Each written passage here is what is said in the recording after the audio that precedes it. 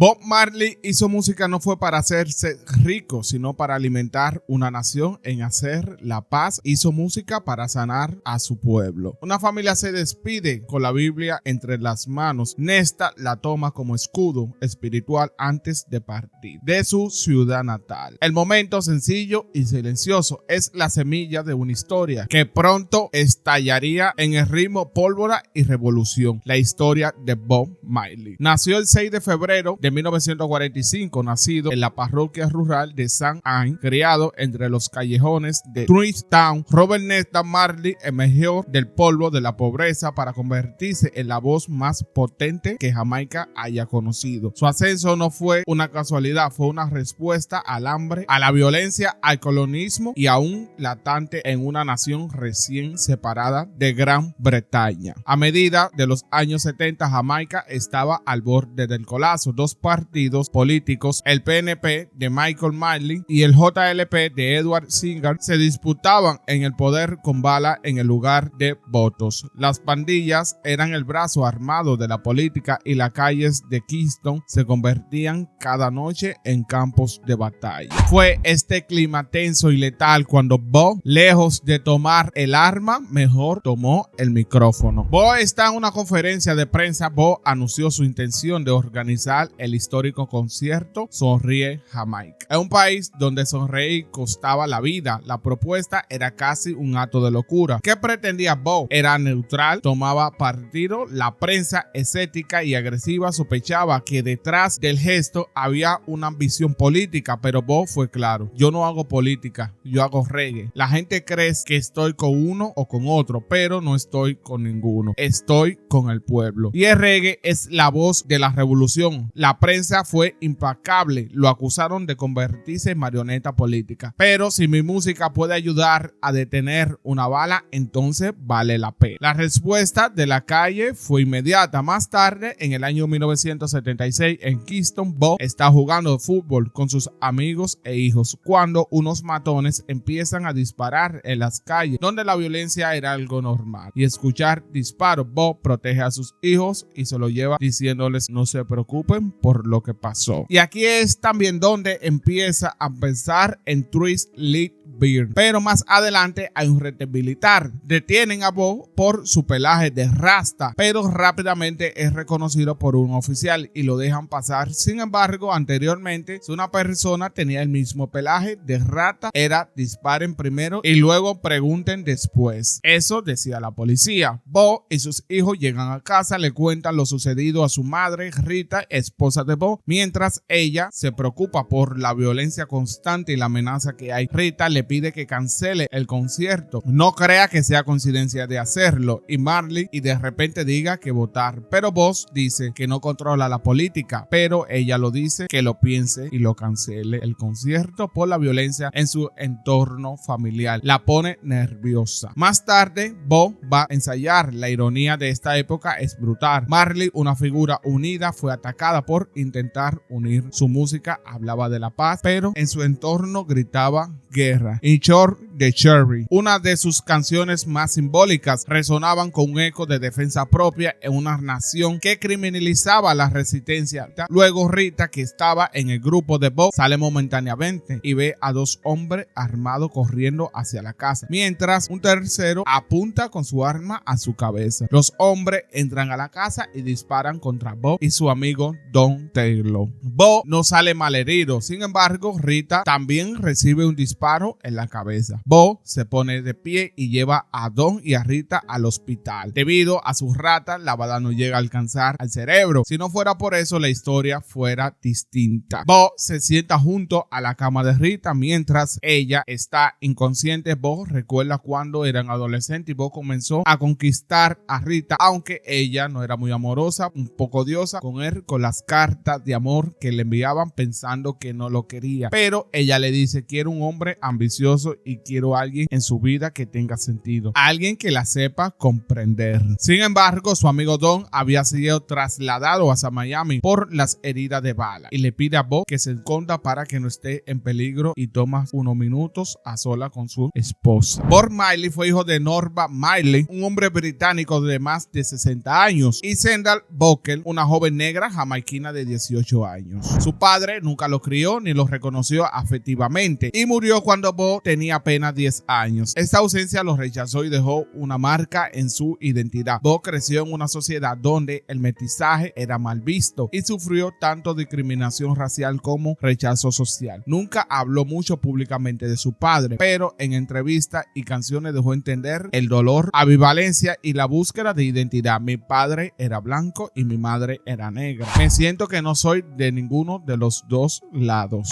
Bo promovía el amor porque no sintiera dolor, sino precisamente porque lo sentía profundamente. Su mensaje era una forma de sanarse a sí mismo y sanar a los demás. Su dolor era el abandono paterno, fue real, pero su grandeza fue decidir y no perpetuar el odio, sino alzar la voz con su música hacia la fe y el amor. Y fue totalmente diferente a lo de su época, porque muchos prefirieron agarrar su arma mientras él cogió el micrófono y comenzó a cantar al amor y a Dios, y no guarda ningún tipo de rencor de su padre, a pesar que lo había abandonado y de las personas que le hubieran hecho daños. Simplemente brindaba amor. Luego del atentado, la herida no fue física, era espiritual, íntima, profunda. Bo se reunió con los pandilleros que negaban haber participado en el ataque. Le pidieron detener el concierto, pero para él rendirse no era opción. Jeff, su productor, lo resumió con crudeza: si cancelamos, ellos ganan. Fue entonces cuando Bo entendió que el miedo era una debilidad, sino parte de la naturaleza humana. Lo supo en una conversación con Cummings, un amigo sabio que le recordó que incluso los profetas sienten temor. Bo, desconcertado, se hacía la misma pregunta que millones de personas frente al sufrimiento se hacen: ¿por qué Dios permitió esto? Cummings, sin dudar, le respondió: esa no es la pregunta. La verdadera es: ¿qué vas a hacer tú con esta nueva oportunidad que Dios te ha dado? Bo eligió la respuesta con música ritual, con fe. Practicó su espiritualidad Rastafari con más compromiso. El concierto de Sonríele a Jamaica sigue en pie. Aunque esto no está claro 100% que Bo se haya reunido con un hombre llamado Cummings, quien le ha dado este consejo de espiritualidad y que lo haya guiado a romper su miedo.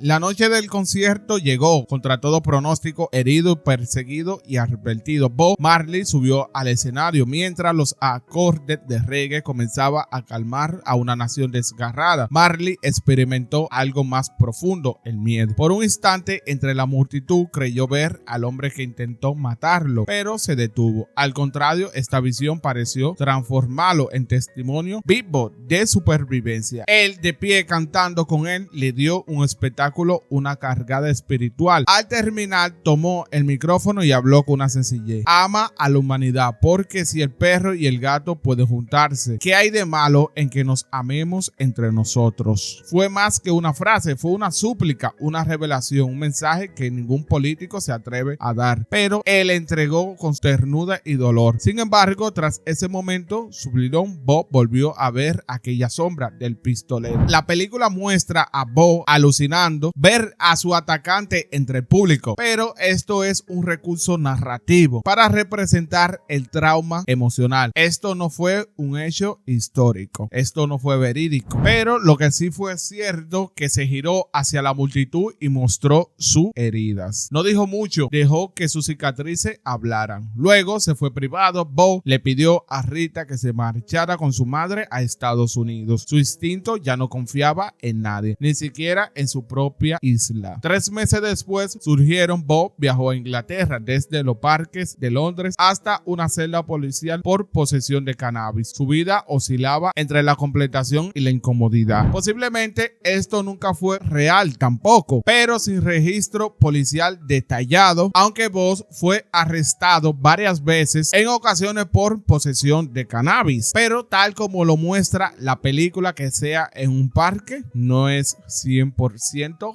real. En la cárcel recordó su primer acercamiento al rastafarismo llevado por Rita, donde comprendió descubriendo el verdadero significado yo y yo. Esa conexión divina que no se rompe ni con el plomo. Más tarde, junto a Chris Blackway, su productor, Bo comienza a esbozar uno que no hablara del atentado, sino del amor, del mensaje de Dios, de una vibración universal. Quería algo distinto, un sonido que no hubiera escuchado antes, una experiencia que se sintiera como una neblina espiritual al fumar, algo que se estremeciera el mal de varios intentos, pero no lo encontraba. Luego Bo llamó a Rita, necesitaba su paz, su energía para encontrar lo que necesita. Luego Bo, mientras continuaba buscando su sonido y escribía sus canciones y veía la noticia que la violencia continuaba en Jamaica con pandilla y el abuso policial y sus amigos pandilleros habían sido arrestados. Mientras estaba tocando con su guitarra, llega una sorpresa cuando ella llegó a Londres. Trajo consigo el equilibrio que le faltaba, que Bo recibió entre abrazos, guitarra y una nota sueltas. Juntos encontraron la clave. De momento, Bo escucha la banda sonora de la película Exodus y así nació su álbum, no como álbum, sino como movimiento inspirado en el relato bíblico del pueblo de Dios. Saliendo de la opresión, Marley convirtió su dolor en llamado espiritual. El reggae no era solo ritmo, era escape, el mensaje, guía, éxodo, movimiento del pueblo de Dios. El disco profundo y vibrante no llevaba su rostro en la portada. Marley se negó: no estoy aquí por mi ego, estoy aquí por una causa. Éxodo, pero realmente es éxodo, que viene de la escritura eitope, que significa menos apariencia, pero más significado. Pero el negocio no pensaba igual. Su publicista Howard Blond lo presionó: necesitamos vender discos. Esto se debe llegar a los jóvenes. Así le planeó la gira hacia Europa, África y eventualmente a los Estados Unidos. Pero Bo dudaba. América era el imperio, la contradicción de todo lo que predicaba. ¿Podría su mensaje sobrevivir al capitalismo? ¿Podría mantener su esencia? Como alguien que nació entre la pobreza, la violencia, la traición y el abandono, prefirió cantarle al amor en lugar de rendirse al resentimiento. Bo no le cantaba a la calle ni al resentimiento, incluso en medio de la violencia y la pobreza, porque entendía que el verdadero cambio no viene del odio, sino del amor consciente y transformador.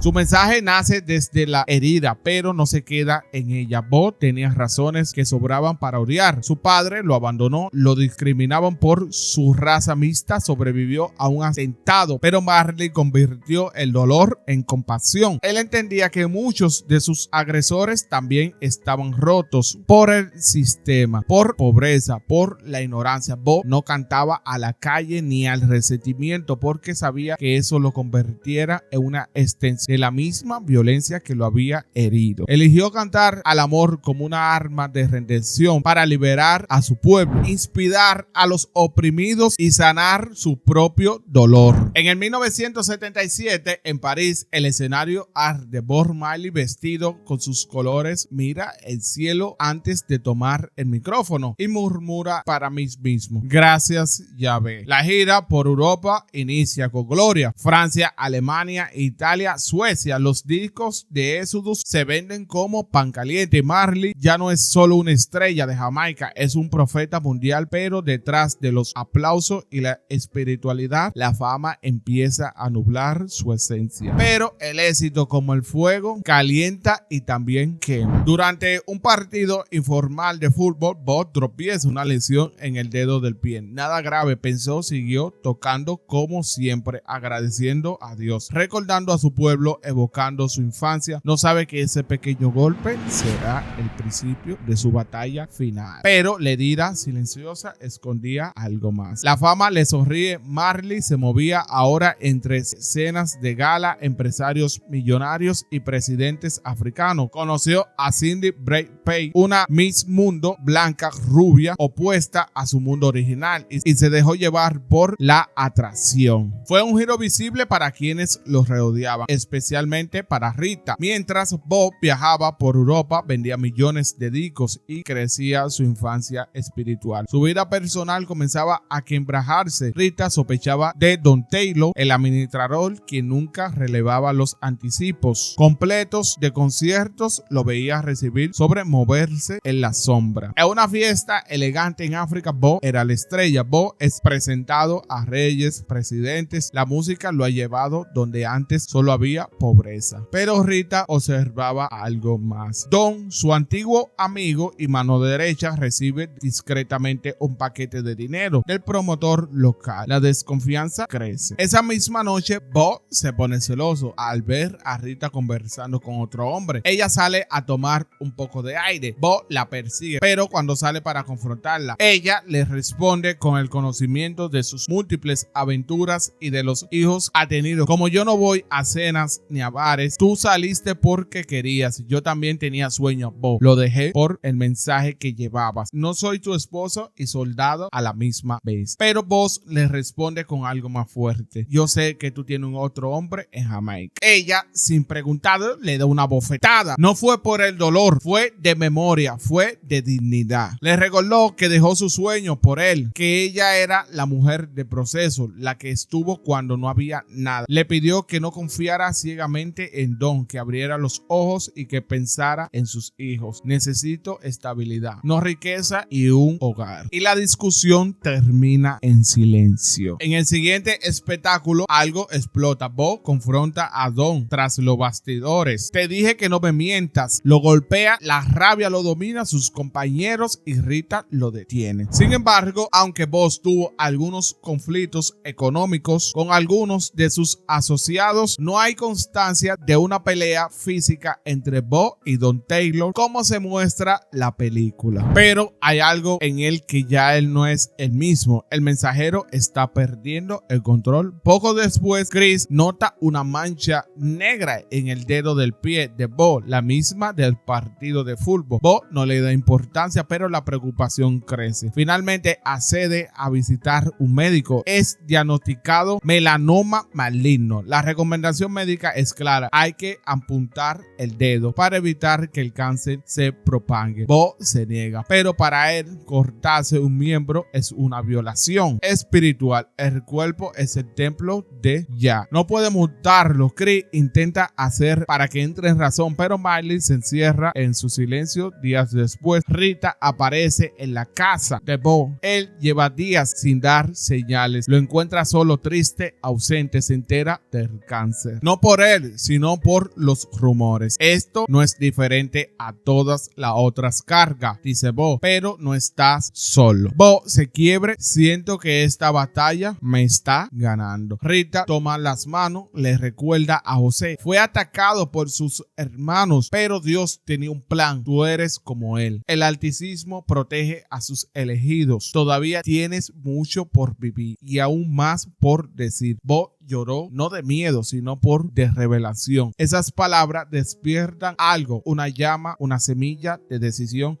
Es hora de regresar a Jamaica. Bob Marley no fue un político, fue algo más peligroso aún. Un artista consciente. En un tiempo donde las palabras dividían, él usó la música para unir. Su vida es una prueba de que la revolución no siempre lleva uniforme. A veces se lleva un instrumento musical. Simplemente una guitarra, un micrófono, hasta una guira. Mentira, eso no es música. Y que a veces la Biblia entregada antes de su viaje no es solo un símbolo de fe, sino una advertencia silenciosa de que el camino hacia la paz es un campo minado. Como él mismo dijo, una cosa buena de la música es cuando te golpea, no cuando siente el dolor. El cáncer detuvo su cuerpo, pero no su mensaje. En el año 1978, Bo regresa a casa. El avión apenas tocó tierra cuando una multitud desbordada se lanzó al aeropuerto de Kingston. Gritos, lágrimas, banderas ondeando. No era solo una estrella que regresaba, era un hijo profeta, una esperanza que había sobrevivido a la violencia y al exilio y al cáncer. Pero Bo, sereno, caminaba como si nada lo alterara, como si los años lejos hubieran templado su espíritu. Volvió a su antigua casa, aquella que conocía de memoria. Las paredes seguían ahí, pero ya no estaban los sonidos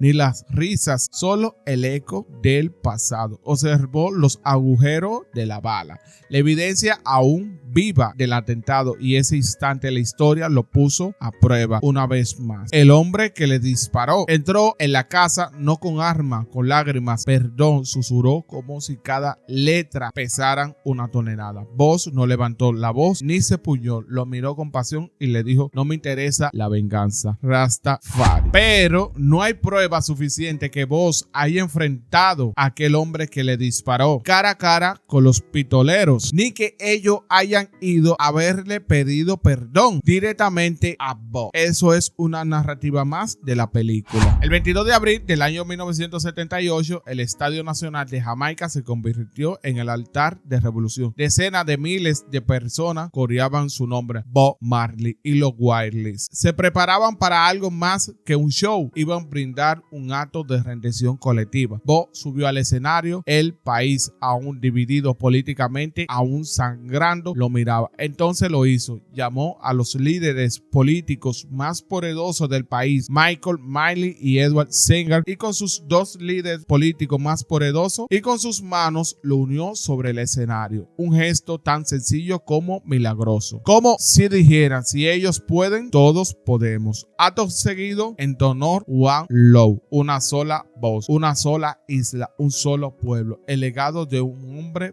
Bob Marley. Pero tiempos después, Bob Marley, el 11 de mayo del año 1981, con apenas 36 años de edad, había fallecido. Pero entonces ya no era solo un cantante, era un símbolo. Fue enterrado en su tierra con su guitarra y su Biblia etíope, como un rey sin corona, como un profeta moderno. Su música sigue viva, no por nostalgia, sino porque aún responde preguntas que nadie ha podido contestar del todo. ¿Qué es libertad? ¿Qué es amor? ¿Qué es redención? Bob no murió, se volvió mensaje, y como todo verdadero mensaje sigue viajando sin pasaporte, sin frontera. El cáncer lo silenció físicamente, pero no pudo detener lo que ya había sembrado, porque Marley no fue simplemente un hombre, fue un movimiento, una voz colectiva, un llamado universal al amor, a la unidad y a la conciencia. Por aquí te dejaré mis redes sociales. Dale like, suscríbete, activa la campanita de notificación para que te puedan llegar los videos instantáneamente. Nos vemos hasta la próxima. Bye bye, con Dios.